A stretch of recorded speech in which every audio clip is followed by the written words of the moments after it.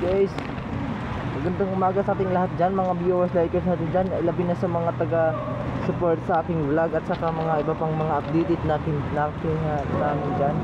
Eto ngayon, nandito po tayo sa Taytay Rizal. Nagtitinda po tayo ng pandesal, ayan, nagluluto. Kaso lang, magdamag yung ulan kasi may bagyo daw eh.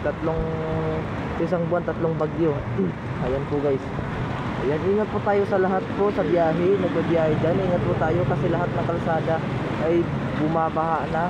Yung Marikina River, wala na po, lunod na. Kaya ingat po tayo sa mga lahat ng pasahero, lahat ng nagbabiyahe. Ingat po tayo at marami pong updated sa ating mga video dyan. Ayan, sa mga tricycle driver, ayan, lumalakas na po yung ulan dito sa Taytay Rizal. Ayan, hospital.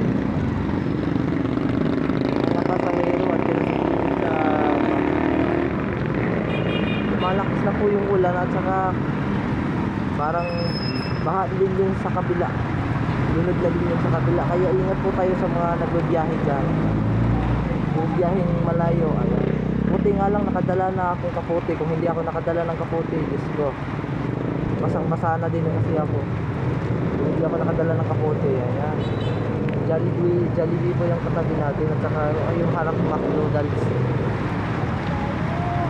Sa lahat po ng pasahero, lahat po nag-updated sa ating vlog. Dapat marami tayong updated, no?